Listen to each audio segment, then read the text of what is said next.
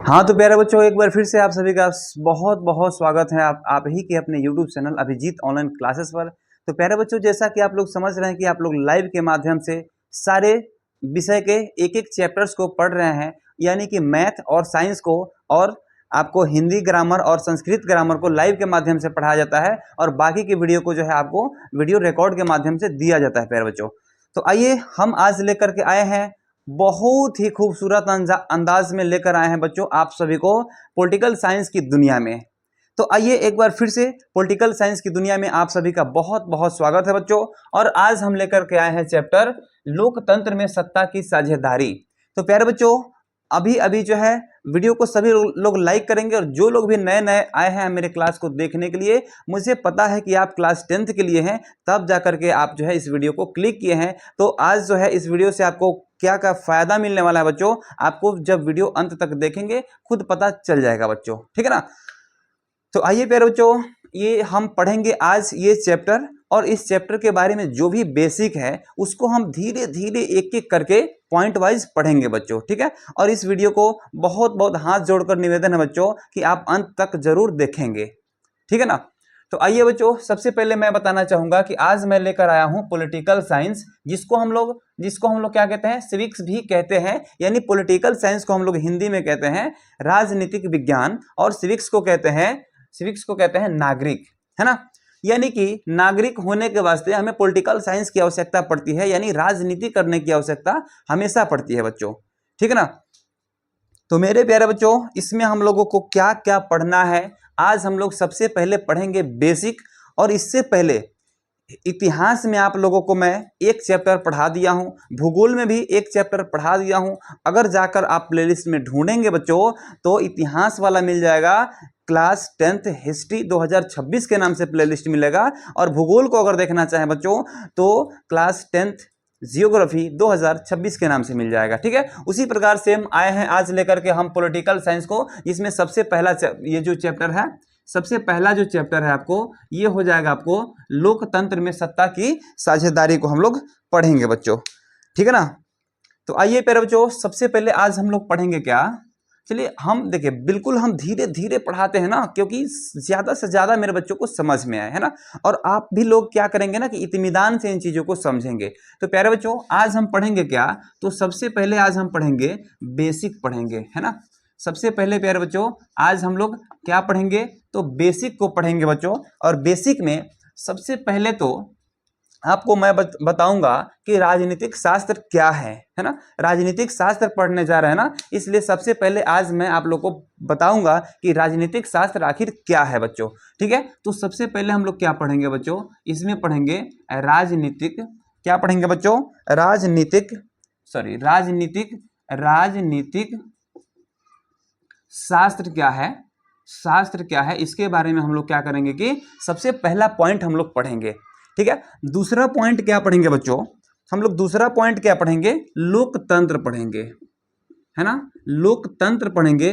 तीसरा पॉइंट की बात की जाए बच्चों तो हम लोग संविधान के बारे में पढ़ेंगे, क्या पढ़ेंगे, संविधान के बारे में पढ़ेंगे। और चौथा पॉइंट हम लोग क्या पढ़ेंगे बच्चों, शासन के बारे में पढ़ेंगे, शासन के बारे में पढ़ेंगे। और पांचवा पॉइंट प्यारे बच्चों हम लोग का होने वाला है क्या, पांचवा पॉइंट हम लोग का होगा सरकार, सरकार के बारे में हम लोग पढ़ेंगे, ठीक है ना, सरकार के बारे में हम लोग पढ़ेंगे। तो आइए बिना देरी किए हुए मैं क्या करता हूं कि क्लास को स्टार्ट करता हूं, और सबसे पहले मैं बताने वाला हूं कि राजनीतिक शास्त्र क्या है मेरे बच्चे, ठीक है ना। चलिए, तो राजनीतिक शास्त्र को आप लोग बिल्कुल ध्यान से समझेंगे कि राजनीतिक शास्त्र सामाजिक विज्ञान का एक भाग है, जिसमें राज्य और सरकार का अध्ययन किया जाता है। यह जो है सामाजिक विज्ञान का, चलिए एक एक करके हम टॉपिक को पढ़ेंगे, ठीक है ना। आइए बच्चों, सबसे पहला हम लोग का टॉपिक क्या होने वाला है, राजनीतिक शास्त्र, राजनीतिक शास्त्र होने वाला है ना जी। सबसे पहला टॉपिक होगा क्या बच्चों, राजनीतिक शास्त्र होगा, ठीक है ना। तो राजनीतिक शास्त्र हम किसे कहते हैं, तो हम लिखेंगे बच्चों राजनीतिक शास्त्र सामाजिक विज्ञान की, यहां पे लिखेंगे राजनीतिक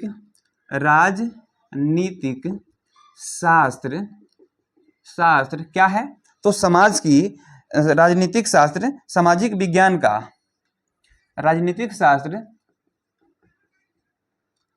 सामाजिक विज्ञान का, विज्ञान की लिखते हैं, ठीक है, कि वह शाखा है, वह शाखा है, वह शाखा है जिसमें हम लोग किसका अध्ययन करते हैं बच्चों, तो राज्य और सरकार का अध्ययन करते हैं, ठीक है ना।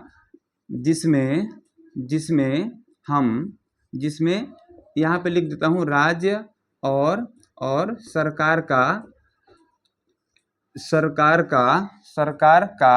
अध्ययन करते हैं, ठीक है ना। राज्य का भी और सरकार का भी अध्ययन यहाँ पर हम लोग करते हैं, ठीक है ना। तो चलिए बच्चों, देखिए बहुत सारे लोग ये बताते हैं कि हिस्ट्री से सवाल कितना पूछता है, ज्योग्राफी से सवाल कितना पूछता है। मैं ये सारी चीज़ आप लोग को बता दिया हूँ, ठीक है। तो प्यारे बच्चे, आप लोग जो है इसको अपने से डिवाइड कर लेना कि इसमें सोशल साइंस में कुल मिलाकर कितने सब्जेक्ट है, उसमें ज्योग्राफी और हिस्ट्री से थोड़ा सा ज़्यादा सवाल आता है, बाकी इससे भी सवाल जो है आपको अच्छा खासा पूछा जाता है बच्चों, ठीक है ना। तो उसमें जो है ना, बिना समय बर्बाद किए मैं टॉपिक पे डायरेक्ट चलता हूँ और एक एक करके टॉपिक को बताता हूँ, ठीक है। पहला टॉपिक राजनीतिक शास्त्र हो गया। राजनीतिक शास्त्र सामाजिक विज्ञान की वह शाखा है जिसमें राज्य और सरकार का अध्ययन हम लोग करते हैं, ठीक है ना। अब देखिए यहाँ पर पॉइंट हो जाएगा क्या बच्चों, पॉइंट आप लोग लिख सकते हैं कि राजनीतिक शास्त्र के पिता, राजनीतिक शास्त्र के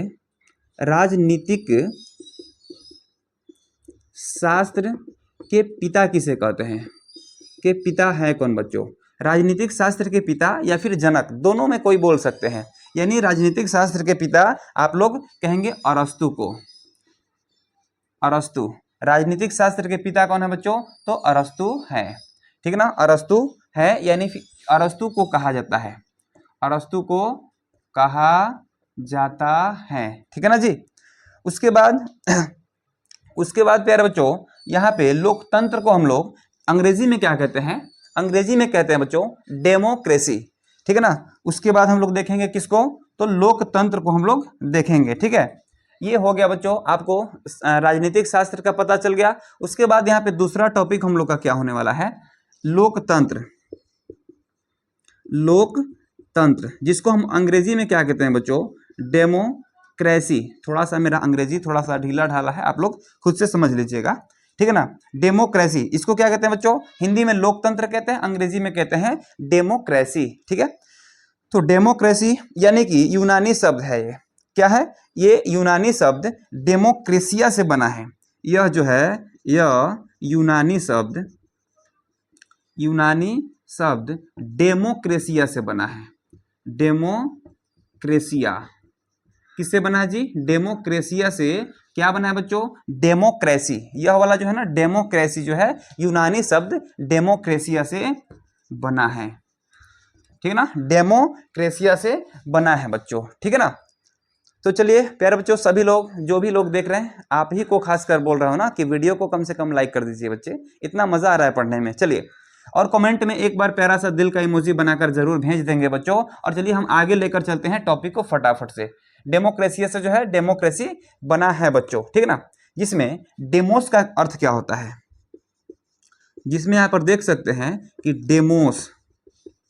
डेमोस का अर्थ क्या होता है बच्चों, डेमोस का अर्थ क्या होता है मेरे बच्चे, तो डेमोस का अर्थ होता है लोग, अर्थ लोग हैं, डेमोस का अर्थ लोग हैं, ठीक ना, डेमोस का अर्थ लोग हैं।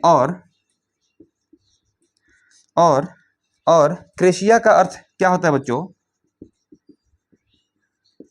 क्रेसिया का अर्थ होता है बच्चों, यहां पे देखेंगे शासन, देख लीजिए, ठीक है ना। यहाँ पे लोग होता है, डेमोस का अर्थ लोग होता है, और क्रेसिया का अर्थ होता है बच्चों शासन। डेमोक्रेसिया का अर्थ शासन होता है, इसको पूरा कर देता हूं, ठीक है। डेमोसिया का अर्थ शासन होता है। आगे समझ में मजा आ रहा पढ़ने में ना बच्चों, फटाफट वीडियो को लाइक करना सबसे पहले, ठीक है। उसके बाद फिर बढ़ते हैं हम आगे, ठीक है ना। अब जो है यहाँ पे देखेंगे कि डेमोक्रेसी अर्थात लोकतंत्र का अर्थ है लोगों का शासन। डेमोक्रेसी यहाँ पे लिखेंगे बच्चों डेमोक्रेसी यानी डेमोक्रेसी अर्थात क्या हो जाएगा बच्चों, लोकतंत्र का अर्थ है, लोकतंत्र का अर्थ है, ठीक है ना, अर्थ अर्थ है डेमोक्रेसी, यानी अर्थात लोकतंत्र का अर्थ है लोगों का शासन, लोगों का शासन, है ना। लोकतंत्र का अर्थ है बच्चों लोगों का शासन। देखिए लोकतंत्र का मतलब होता है कि जहां पे लोगों का शासन होता है, सरकार की शासन नहीं होती है। सरकार को चुनना भी होता है तो लोगों द्वारा चुना जाता है। आ रहा समझ में? तो वहां पे हम ये कह सकते हैं कि उसे ही तो हम लोकतंत्र कहते हैं। जैसे हमारा भारत जो है लोकतांत्रिक देश है, हाँ, यहाँ पे सरकार को चुनना होता है लोगों के द्वारा। डायरेक्ट सरकार अपने से खुद से निर्णय नहीं ले सकते हैं कि हम ही सरकार बनेंगे। तो इस ऐसे ही देश को कहा जाता है लोकतांत्रिक देश भी। और भी इसके बारे में हम लोग पढ़ेंगे बहुत सारी चीजों को। आइए बच्चों, तब तक यहाँ पे मैं आगे बढ़ता हूँ। फिर आइए इसके बाद हम देखते हैं कि लोकतंत्र लोकतंत्र लोकतंत्र का हम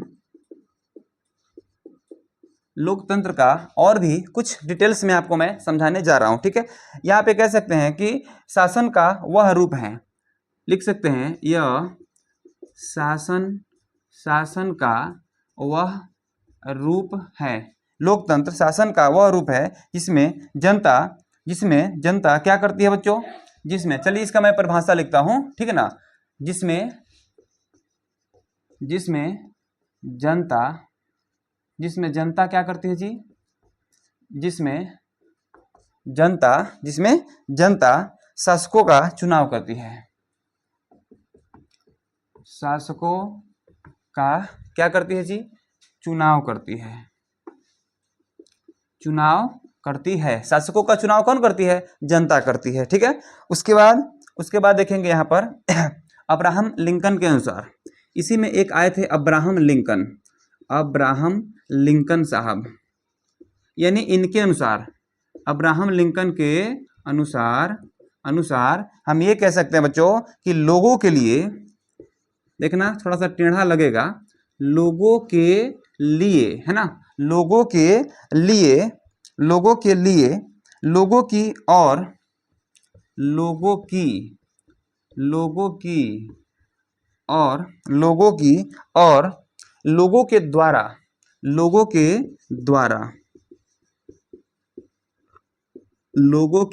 द्वारा चलाने वाली शासन व्यवस्था ही लोकतंत्र है।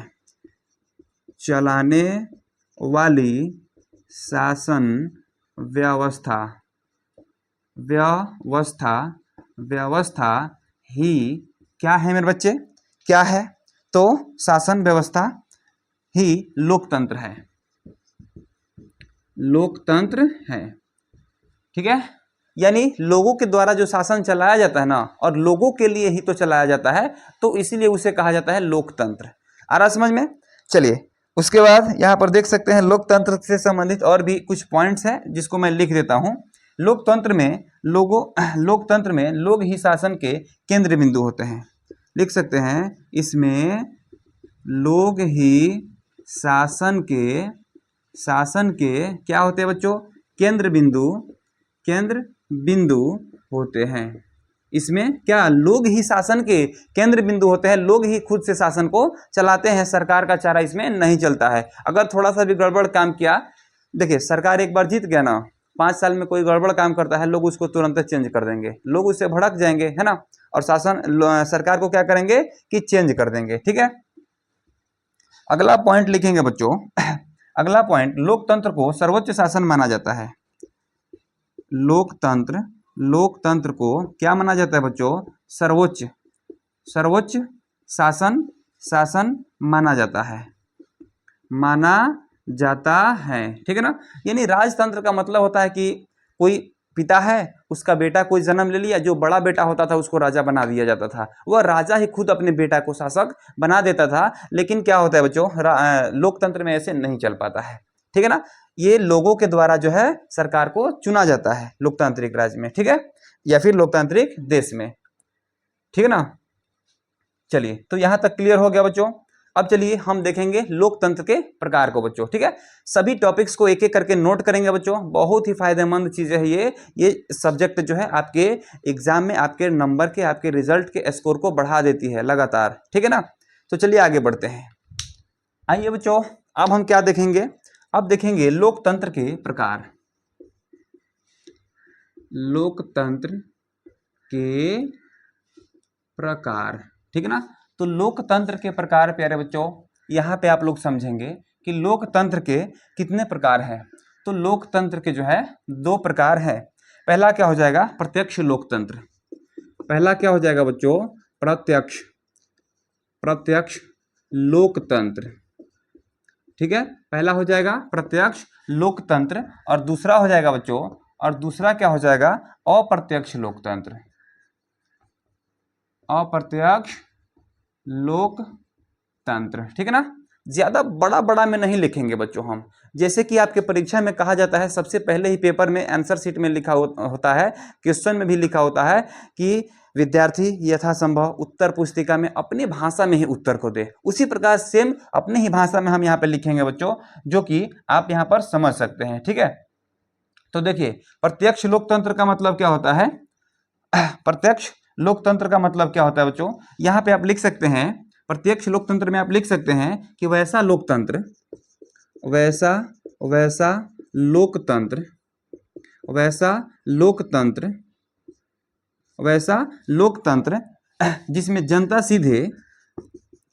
जिसमें जनता सीधे सरकार को चुनती है। सीधे किसको चुनती है जी, सरकार को चुनती है,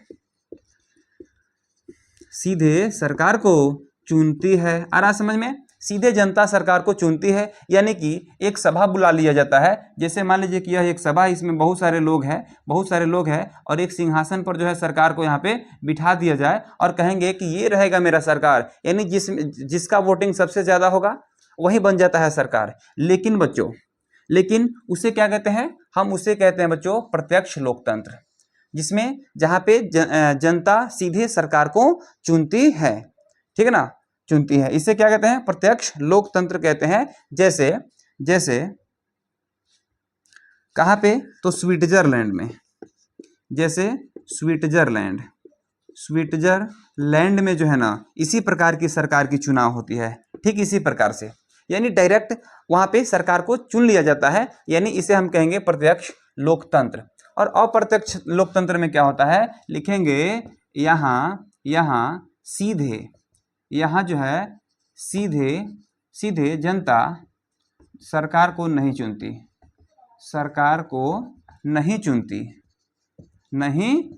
यहाँ जो है ना जनता सीधे सरकार को नहीं चुनती है। तो फिर वहां पे चुनाव कैसे होता है बच्चों, यानी कि अप्रत्यक्ष लोकतंत्र में कह सकते हैं कि यहाँ जो है प्रतिनिधि के माध्यम से, लोकतंत्र में जनता के प्रतिनिधि के माध्यम से सरकार को चुना जाता है ना।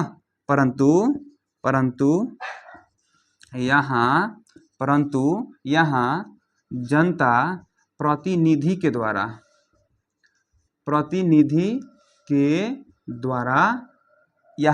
जनता प्रतिनिधि के द्वारा सरकार को चुनती है, ठीक है ना, सरकार को चुनती है। ध्यान में रखना बच्चों इस चीज को। देखिए, जैसे मान लीजिए कि बिहार सरकार में अगर बिहार सरकार को चुनना है तो हम लोग विधायक को वोट देते हैं, विधायक जाके सरकार को चुन लेती है, जो कि मुख्यमंत्री बन जाते हैं। लेकिन अगर और बड़ा सरकार को चुनना है तो अब जो है हम सांसद को वोट देते हैं और सांसद जो है जाकर प्रधानमंत्री को चुन लेती है। आ रहा समझ में, तो यहाँ पे वही चीज बता रहा है जो कि अप्रत्यक्ष लोकतंत्र के बारे में बता रहा है। तो प्रत्यक्ष लोकतंत्र क्या है बच्चों, स्विट्जरलैंड में अगर देखा जाए बच्चों, तो यहाँ पे इस प्रकार का लोकतंत्र कहाँ है जो कि अप्रत्यक्ष है, प्रतिनिधि के द्वारा जहाँ पे सरकार को चुना जाता है, वह है बच्चों भारत। कौन है, भारत, अपना भारत, ठीक है ना। तो इस प्रकार से प्रत्यक्ष और अप्रत्यक्ष के बारे में आप लोग समझ लिए बच्चों। अब मैंने टॉपिक लिखा था संविधान, ठीक है ना। अब हम लोग संविधान के बारे में जल्दी देखेंगे बच्चों। एक बात मैं आपसे हमेशा बोलता हूं कि अगर मंजिल को हासिल करना है तो अपने कदमों की रफ्तार को बढ़ाइए, ठीक है। चलिए लगातार बढ़ते हैं फिर आगे। आइए बच्चों, अब हम देखते हैं यहाँ पर संविधान क्या है, ठीक है ना। संविधान के बारे में अब हम क्या करेंगे बच्चों, तो पढ़ेंगे यहाँ पर, ठीक है ना। तो हम यहाँ पर कह सकते हैं कि किसी भी देश को चलाने के लिए जो नियम कानून बनाया गया रहता है, जो नियम कानून की जरूरत पड़ती है, उसी नियम कानून को हम क्या कहते हैं, तो संविधान कहते हैं बच्चों। इसका हम अगर परिभाषा देना चाहें तो बड़ी ही सुंदर तरीका से दे सकते हैं कि किसी भी देश को, यहाँ पे आप लोग मेरे साथ लिखना बच्चों, किसी भी देश को चलाने के लिए, किसी भी देश को चलाने के लिए जो नियम बनाए गए रहते हैं, जो नियम कानून बनाए जाते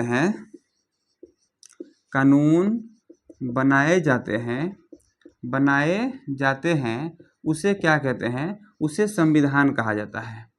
उसे संविधान कहा जाता है। उसे क्या कहते हैं बच्चों? संविधान कहते हैं या फिर संविधान कहा जाता है। ठीक है ना, इसे संविधान कहा जाता है। और इसके जो फैसला लिया जाता है ना, इसके बारे में जो भी फैसला लिया जाता है और जिस रूम में वह फैसला लिया जाता है उसको हम कहते हैं संविधान सभा। क्या कहते हैं? संविधान सभा कहते हैं बच्चों, है ना। तो संविधान सभा के बारे में भी अब हम लोग क्या करेंगे कि देखेंगे। आइए अब हम ये भी देख लेते हैं संविधान सभा के बारे में भी। संविधान सभा क्या है? संविधान सभा के बारे में भी हम लोग क्या करते हैं कि यहाँ पर देख लेते हैं। ठीक है ना, तो चलिए अब हम देखेंगे क्या संविधान सभा के बारे में। ठीक है ना, तो लिखेंगे बच्चों संविधान सभा के बारे में, चुने गए प्रतिनिधियों के, यहाँ पे लिखेंगे, देखना ध्यान से, चुने गए प्रतिनिधियों के, जो प्रतिनिधि जो चुना जाता है ना, विधायक को जो हम लोग चुनते हैं, तो चुने गए प्रतिनिधियों के, चुने गए प्रतिनिधियों के वह सभा जो संविधान लिखने का, के वह सभा, ठीक है ना, वह सभा जो संविधान लिखने का कार्य करती है। जो संविधान यानी अपने देश को चलाने के लिए जो संविधान लिखा गया था ना, तो जो सभा में बैठकर सभी लोग संविधान को बनाए थे ना, सब नियमों को बनाए थे ना, उन्हीं लोग को कहा जाता है संविधान सभा। आ रहा समझ में? तो प्रतिनिधियों के वह सभा जो संविधान लिखने का कार्य करती है, जो संविधान लिखने का क्या करती है बच्चों? कार्य करती है। जो संविधान लिखने का कार्य करती है उसे क्या कहते हैं बच्चों? उसे संविधान सभा कहा जाता है। उसे संविधान सभा कहा जाता है। उसे संविधान सभा कहा जाता है। बड़ी सुंदर से सिंपल सा मैंने इन चीजों को लिखा। यहाँ पे संविधान का मैंने परिभाषा लिख दिया है बच्चों कि किसी भी देश को चलाने के लिए जो नियम या कानून बनाए जाते हैं उसे संविधान कहा जाता है। संविधान सभा क्या है? यानी चुने गए प्रतिनिधियों के वह सभा जो संविधान लिखने का काम करती है उसे संविधान सभा कहा जाता है। आ रहा समझ में? यानी संविधान केवल, बहुत सारे तो लोग कहते हैं कि भीमराव अंबेडकर ने संविधान लिख दिया, अकेले उनके बस का है? सोच रहे हैं ना आप लोग, अकेले उनके बस का है क्या संविधान लिखना? बिल्कुल नहीं है। लेकिन ये कहा जाता है कि उसमें अहम भूमिका उन्होंने निभाया था कि हाँ मैंने संविधान लिखा है। ठीक है ना, संविधान को ऐसे लेकर के घूमते हैं, ठीक है ना, लेकिन उन्होंने केवल अकेले संविधान को नहीं लिखा था बच्चों। तो आइए यहाँ पे देखेंगे हम लोग, जस्ट आगे मैं आप लोग को इस चीज को जरूर बताऊंगा कि संविधान को कितने लोगों ने मिल करके लिखा था। ठीक है ना, तो आइए उसके बाद यहाँ पर पॉइंट और भी लेंगे हम। जैसे आप लोग देखेंगे कि संविधान सभा की पहली बैठक कब हुई थी, बताओ मेरे से बच्चों।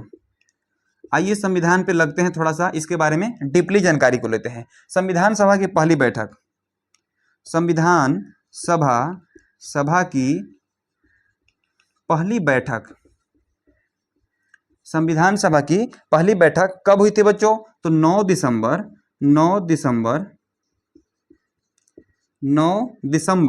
1946 में हुई थी। आज़ादी के पहले ही हो गई थी बच्चों। ठीक है ना, संविधान सभा की पहली बैठक 9 दिसंबर 1946 में, ठीक है ना, 46 में हुई थी बच्चों। ठीक है, और भारत का संविधान लिखने वाली संविधान सभा में कितने सदस्य शामिल थे बच्चों?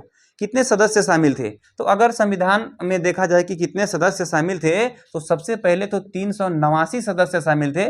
बाद में जब हिंदुस्तान पाकिस्तान का बंटवारा हुआ ना, तो 90 उसमें से पाकिस्तान भाग गए।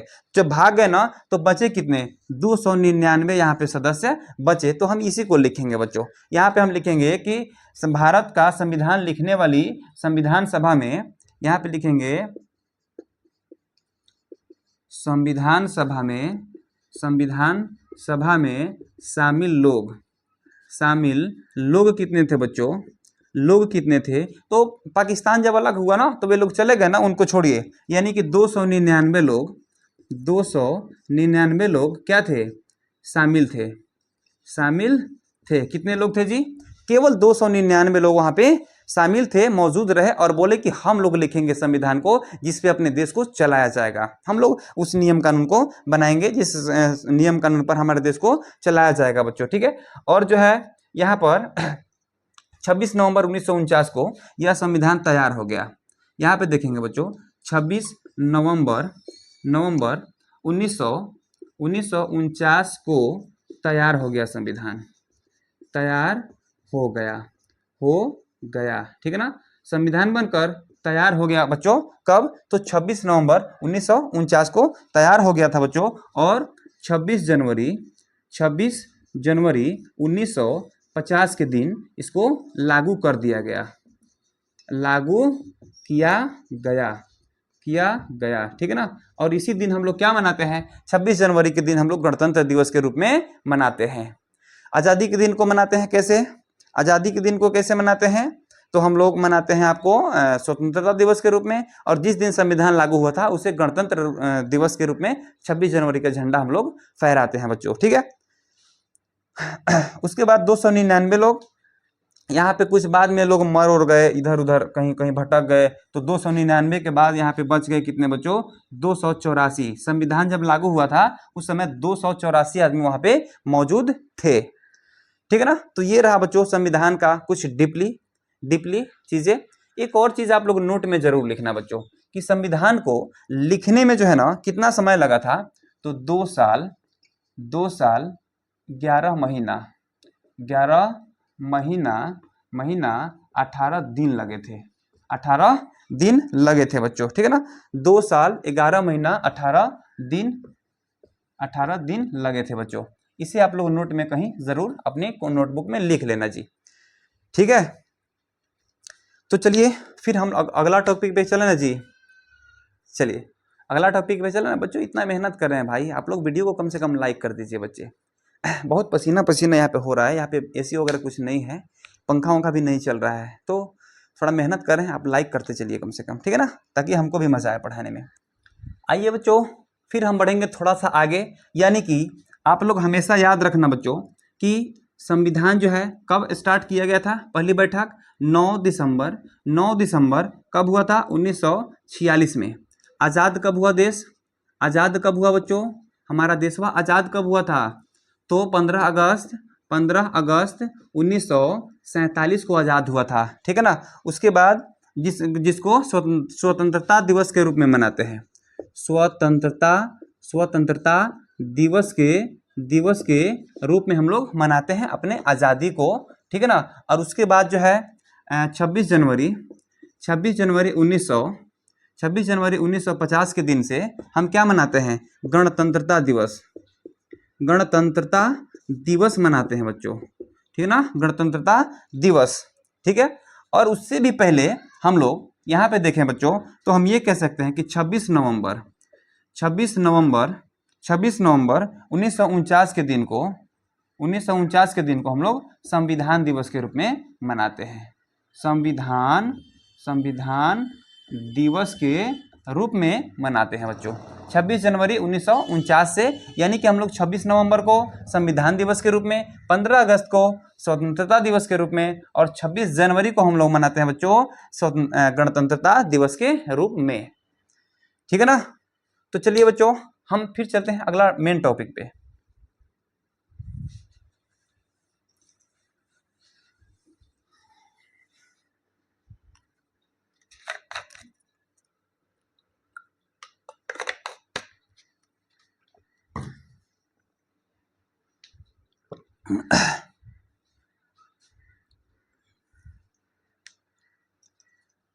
चलिए अभी भी इसमें का जो भी टॉपिक्स बाकी है उसको थोड़ा सा ले लेते हैं। अभी संविधान के बारे में भी हम लोग देखेंगे, क्योंकि संविधान जो है ना एक बहुत ही पॉलिटिकल साइंस का एक बहुत ही अनमोल रत्न के रूप में देखा जाता है। पॉलिटिकल साइंस अगर आप पढ़ रहे हैं, संविधान नहीं पढ़े तो कोई फायदा नहीं पढ़ने से, ठीक है ना। तो आइए बच्चों हम यहाँ पे लिखेंगे कि डॉक्टर भीमराव यहाँ संविधान सभा के प्रारूप समिति के अध्यक्ष कौन थे। संविधान, यहाँ पे देखेंगे बच्चों ध्यान से, संविधान सभा के प्रारूप समिति के अध्यक्ष कौन थे। समिति के अध्यक्ष यानी इसका रूप कौन दे रहे थे, तो डॉक्टर भीमराव अंबेडकर। डॉक्टर भीमराव अंबेडकर जी थे, ठीक है ना, डॉक्टर भीमराव अंबेडकर जी थे। उसके बाद पॉइंट देखेंगे बच्चों, यहाँ पे संविधान सभा के प्रारूप समिति के अध्यक्ष डॉक्टर भीमराव अंबेडकर जी थे, ठीक है ना। या फिर संविधान का निर्माता भी, संविधान का निर्माता किसे कहा जाता है बच्चों। संविधान का निर्माता डॉक्टर भीमराव अंबेडकर को ही कहा जाता है। डॉक्टर भीमराव अंबेडकर को ही कहा जाता है। डॉक्टर भीमराव अंबेडकर को ही कहा जाता है बच्चों, ठीक है ना। अंबेडकर, डॉक्टर भीमराव अंबेडकर को कहा जाता है, ठीक है ना। उसके बाद प्यारे बच्चों डॉक्टर सच्चिदानंद सिन्हा, यहाँ पे देखना डॉक्टर सच्चिदानंद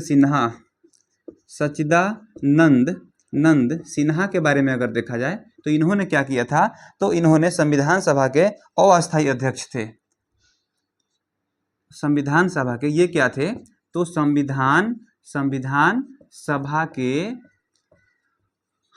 अस्थायी अध्यक्ष थे। अस्थायी अध्यक्ष यानी इनको और भी कुछ काम रहता था ना, तो ये अध्यक्षता करते थे, लेकिन हमेशा संविधान लिखने के समय जो है उपस्थित नहीं रहते थे, ठीक है ना। और डॉक्टर राजेंद्र प्रसाद को भारतीय संविधान सभा का अध्यक्ष माना जाता है, यानी भारतीय संविधान सभा के अध्यक्ष, भारतीय संविधान सभा के अध्यक्ष कौन है मेरे बच्चे, अध्यक्ष कौन है, तो वो है बच्चों डॉक्टर राजेंद्र प्रसाद जी थे, है ना। डॉक्टर राजेंद्र प्रसाद जी मेन अध्यक्ष थे। ये मेन अध्यक्ष थे संविधान सभा का, ठीक है ना। सभा का अध्यक्षता कौन करते थे, डॉक्टर राजेंद्र प्रसाद जी करते थे। ये हुआ बच्चों संविधान के मुख्य टॉपिक्स। और संविधान से हमें नहीं लग रहा कि आपके एग्जाम में जो है इससे एक्स्ट्रा कोई सवाल आने वाला है बच्चों। तो अब हम चलते हैं बच्चों शासन पे, है ना। शासन को थोड़ा सा समझते हैं। आइए बच्चों शासन के प्रकार को सबसे पहले हम यहाँ पे देखेंगे। शासन के प्रकार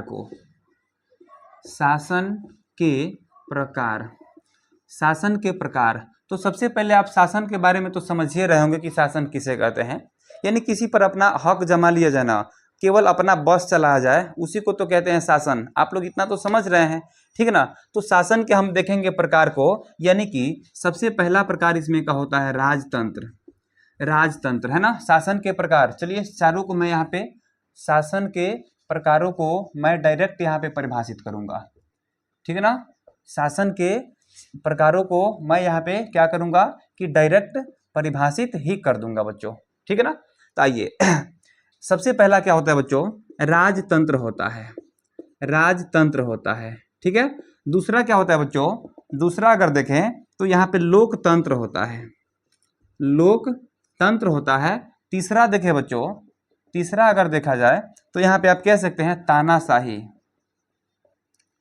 तानाशाही शासन होता है, तानाशाही शासन होता है, ठीक है ना। चौथा में अगर बच्चों देखें तो चौथा में आप कह सकते हैं सैनिक शासन, है ना जी। सैनिक शासन पहला क्या हो जाएगा बच्चों, राजतंत्र, दूसरा हो जाएगा बच्चों लोकतंत्र, तीसरा हो जाएगा तानाशाही, और चौथा क्या हो जाएगा बच्चों, सैनिक शासन हो जाएगा जी। राजतंत्र का मतलब होता है जहां पे राजा अपने बेटे को राजा बना सकता है, यानी खुद से अपना सरकार का चुनाव कर सकता है कि मेरा सरकार मेरा बेटा ही रहेगा इसके बाद से। लोकतंत्र का मतलब होता है जहां लोगों के द्वारा सरकार को चुना जाता है।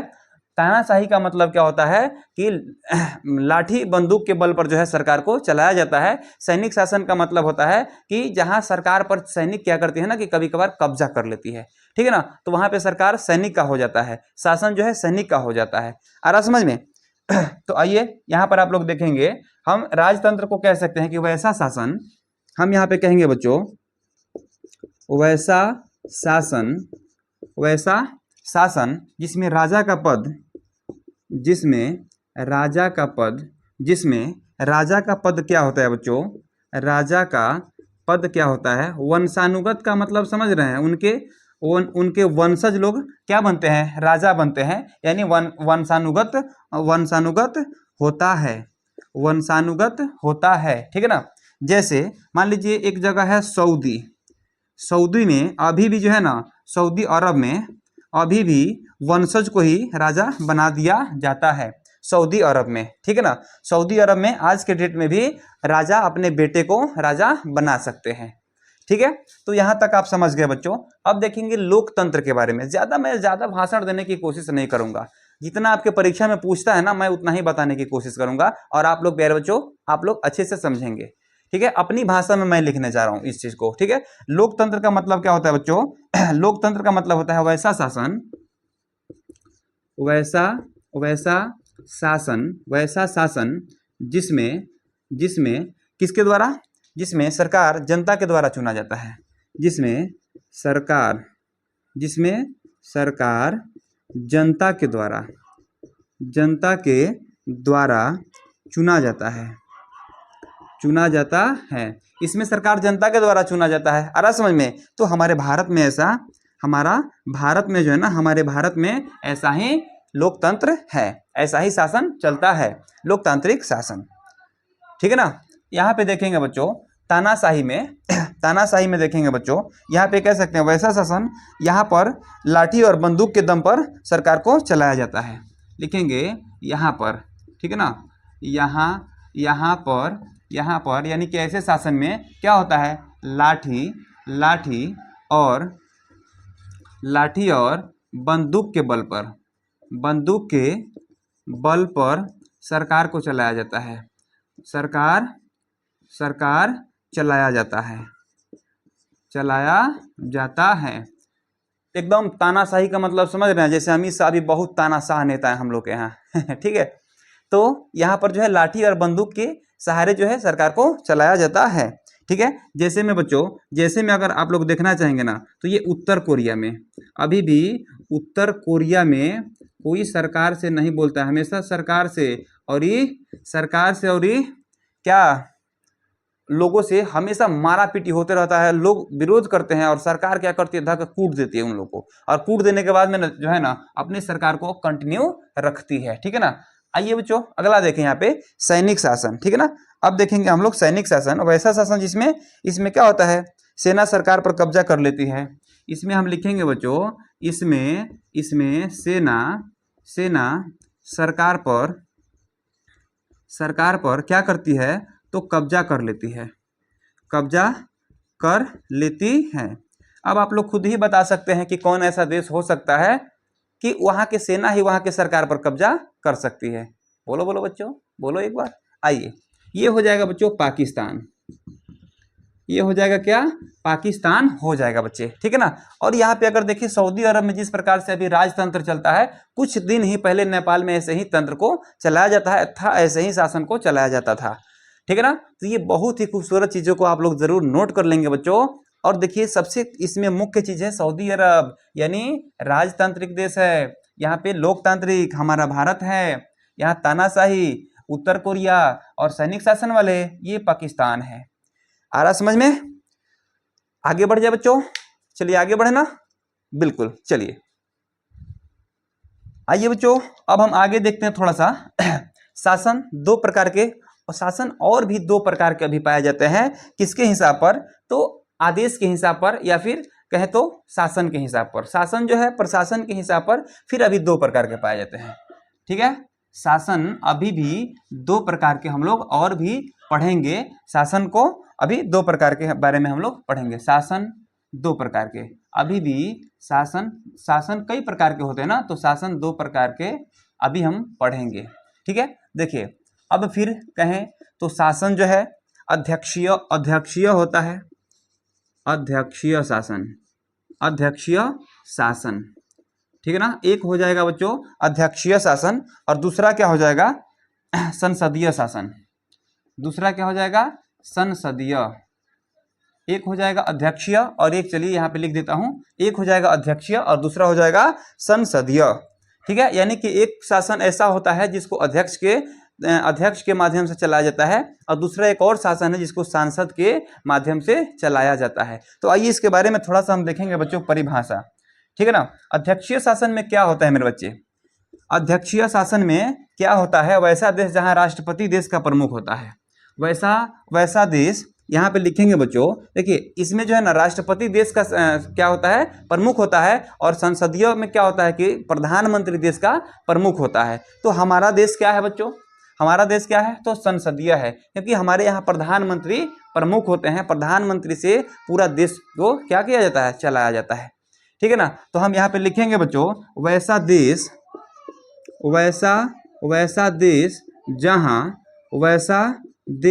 जहां क्या होता है? राष्ट्रपति देश का प्रमुख होता है। राष्ट्रपति क्या होता है बच्चों? देश का प्रमुख होता है, प्रमुख होता है। ठीक है ना, राष्ट्रपति क्या होता है? देश का प्रमुख होता है, उसे अध्यक्ष शासन वाला देश कहते हैं। ठीक है ना, वैसा देश जहां राष्ट्रपति देश का प्रमुख होता है। जैसे मान लीजिए अभी अमेरिका है, अमेरिका में केवल राष्ट्रपति होते हैं, प्रधानमंत्री का कोई वैल्यू नहीं होता है। आइए अब देखेंगे संसदीय में। तो संसदीय में आप कह सकते हैं वैसा देश जहां, यहां पर कह सकते हैं वैसा देश जहां प्रधानमंत्री क्या करता है बच्चों? तो देश का प्रमुख होता है। देश का क्या होता है बच्चों? प्रमुख होता है। देखिए तो प्यारे बच्चों, आप लोग यहाँ पे समझ रहे हैं कि अध्यक्षीय शासन वाला देश कौन है? अमेरिका है। चीन को भी कह सकते हैं, कोई दिक्कत नहीं है। यहाँ पे देखेंगे बच्चों, अगर संसदीय रूप में देखा जाए तो वैसा देश जहाँ प्रधानमंत्री देश का प्रमुख होता है, यानी कि हम कह सकते हैं भारत। अपना देश जो है प्रधानमंत्री के अध्यक्षता में चलता है। ठीक है ना, तो आइए अब यहाँ पर देखेंगे शासन के अभी भी दो प्रकार, हम दो प्रकार को और यहाँ पर देखेंगे बच्चों। शासन के और भी दो प्रकार को हम ध्यान से देखेंगे। एक हो जाता है बच्चों संघात्मक। अगर सघनता के हिसाब से देखें ना, सघनता की दृष्टि से, सघनता की दृष्टि से देखें तो शासन अभी भी दो प्रकार के हैं। एक हो जाएगा बच्चों संघात्मक और दूसरा हो जाएगा बच्चों एकात्मक। ठीक है ना, दूसरा हो जाएगा क्या? पहला हो गया संघात्मक और दूसरा हो जाएगा एकात्मक। ठीक है ना, देखिए संघात्मक का मतलब ज्यादा कोई भयानक चीज नहीं होता है। संघात्मक का मतलब आप कह सकते हैं जहां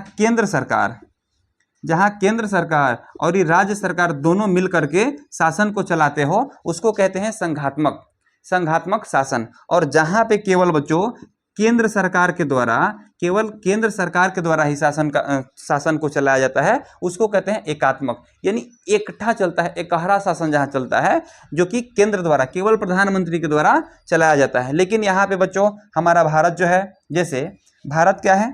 जैसे कह सकते हैं बच्चों भारत क्या है? संघात्मक है। भारत क्या है? संघात्मक है। ठीक है ना, आगे समझ में? चलिए, और एकात्मक कहें बच्चों तो इंग्लैंड है। एकात्मक कहें तो इंग्लैंड है बच्चों। इंग्लैंड जहां केवल जो है केंद्र सरकार के द्वारा पूरे इंग्लैंड देश को चलाया जाता है, वहां पे मुख्यमंत्री का कोनो वैल्यू नहीं रहता है। आ रहा समझ में? आइए अब हम देखेंगे सरकार को। ठीक है ना, यहाँ पे शासन के दो प्रकार को पढ़ लिए बच्चों। यहाँ पे पढ़ लिए बच्चों अध्यक्षीय और संसदीय। इससे पहले जो है आप लोग शासन के बारे में पढ़े थे, जो कि तीन चार प्रकार था उसका। जैसे कि आपको राजतंत्र था, लोकतंत्र था, तानाशाही था और सैनिक शासन था। ठीक है ना, अब हम लोग पढ़ेंगे बच्चों सरकार के अंग को। ठीक है, आइए बच्चों, अब हम लोग देखेंगे क्या? सरकार का अंग।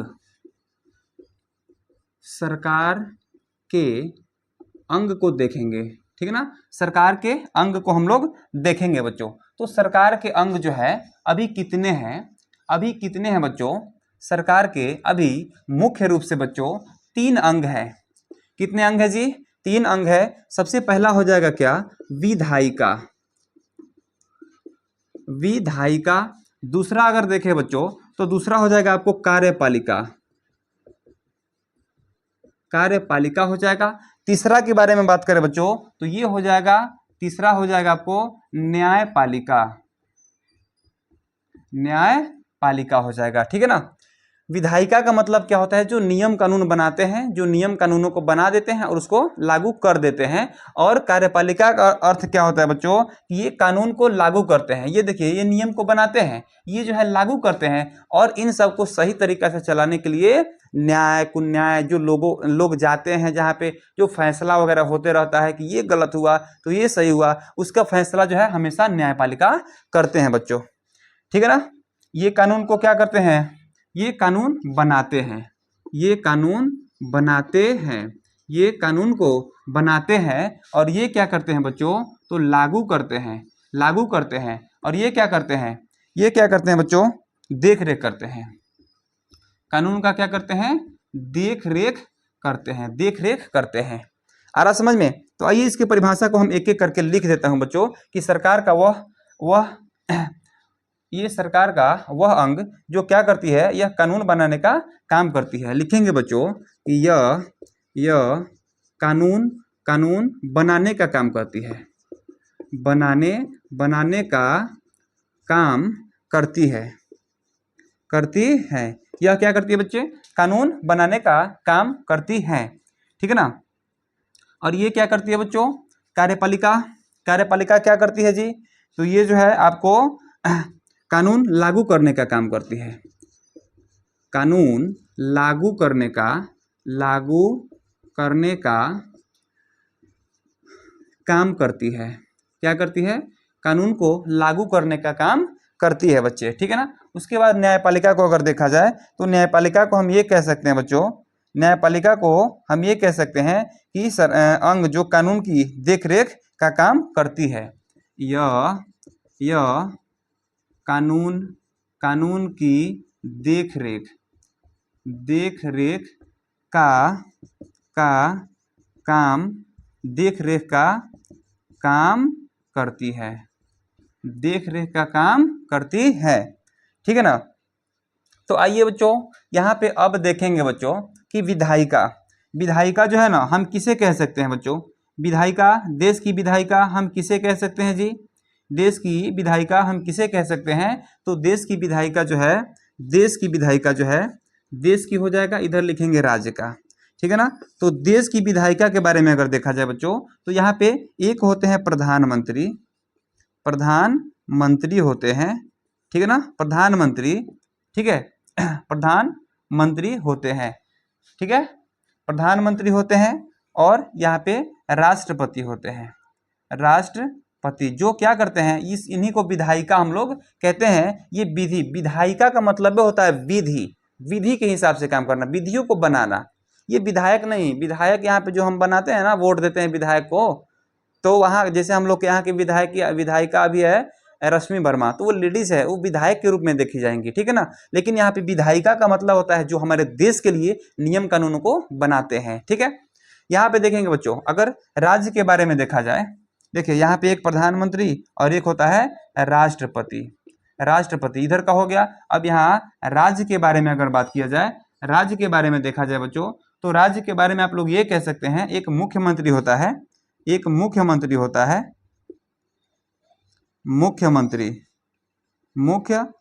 होता है, और एक क्या होता है बच्चों, राज्यपाल होता है, ठीक है ना। ये क्या होता है, इन्हीं को हम राज्य की विधायिका कहते हैं, और इन्हें जो है देश की विधायिका कहते हैं। आया समझ में बच्चों? अगर समझ में आ गया होगा बच्चों तो प्यार भरा एक कमेंट में लिख दीजिएगा कि हाँ आपको क्लास कैसा लगा है। अगर अच्छा लगा हो तो गुड जरूर लिख देंगे क्लास में, कमेंट बॉक्स में, ठीक है ना। चलिए, उसके बाद ये सारा चीज आप लोग समझ गए होंगे बच्चों। अब आइए थोड़ा सा आप समझेंगे न्यायपालिका को समझा देता हूँ। न्यायपालिका है ना, आइए यहाँ पर जो है न्यायपालिका को समझ लीजिए, न्यायपालिका को भी समझ लीजिए जी, ठीक है ना। चलिए, न्यायपालिका जो है ना, यहाँ पे काम करते हैं 3 तरह से।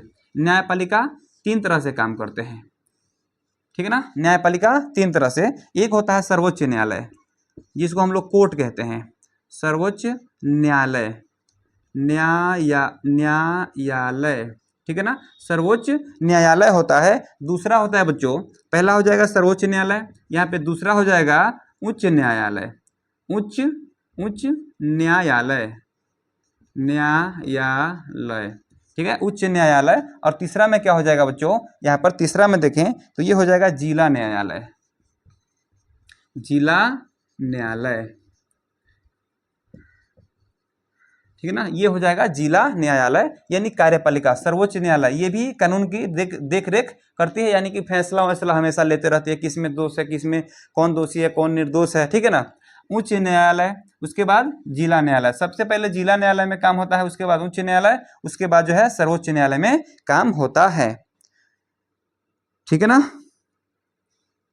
तो आइए बच्चों, हम लोग यहाँ तक पढ़ लिए, जो कि सरकार तक मैंने बताया था कि मैं आज टॉपिक पढ़ाऊंगा। तो ये रहा बच्चों लेक्चर नंबर 1 का पहला टॉपिक, जो कि क्लास 10th के लिए होने वाला था, और क्लास 10th के लिए बहुत ही उपयोगी ये चैप्टर मैंने शुरू किया है बच्चों। इसलिए इस वीडियो को यहाँ तक आप लोग देखें, इसके लिए दिल से आप लोग का शुक्रिया अदा करना चाहूँगा बच्चों। और एक चीज़ बता देता हूँ कि पॉलिटिकल साइंस का ये पहला चैप्टर होने वाला है, जो कि लोकतंत्र में सत्ता की साझेदारी वाला चैप्टर है, ठीक है ना। इसका बेसिक क्लास मैंने आज ले लिया, इसी क्लास पर डिपेंड जो है आपको 1 by 1 करके एक एक टॉपिक में फिर लेकर के आने वाला हूं कल के क्लास में बच्चों। तो आइए सभी प्यारे बच्चे, इस क्लास को अगर समझ में नहीं आया होगा एक बार फिर से देख लीजिएगा। 100% समझ में नहीं आया ना तो फिर लिख देना कमेंट में कुछ भी, है ना। तो आइए प्यारे बच्चों, चलते हैं, बस आज के लिए इतना ही। सभी प्यारे बच्चों को मेरे तरफ से बहुत बहुत धन्यवाद इस वीडियो में जुड़ने के लिए, इस वीडियो में देखने के लिए, इस वीडियो को देखने के लिए बहुत बहुत दिल से धन्यवाद देना चाहूँगा। और सभी लोग एक बार वीडियो को लाइक कर देंगे, जो भी बच्चे नए होंगे वीडियो पर चैनल को सब्सक्राइब कर लेंगे। मिलते हैं फिर अगले वीडियो के साथ, तब तक के लिए जय हिंद बच्चों।